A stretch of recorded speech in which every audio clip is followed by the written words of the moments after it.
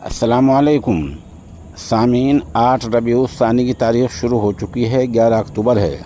خبر کا عنوان ہے: کیا ایران کے اندر ہی دیش کا غدار موجود ہے؟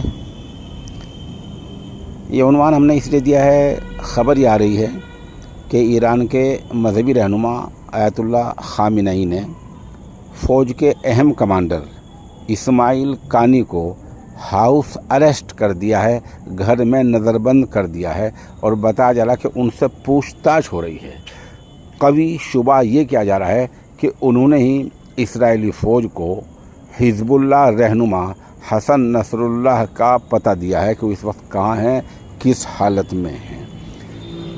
پتہ چلا ہے کہ شبہ پہلے سے ہی تھا، لیکن اب شبہ اور قوی ہو گیا ہے، اس لیے ان کا ہاؤس اریسٹ کیا گیا ہے اور ان سے پوچھ تاچھ جاری ہے۔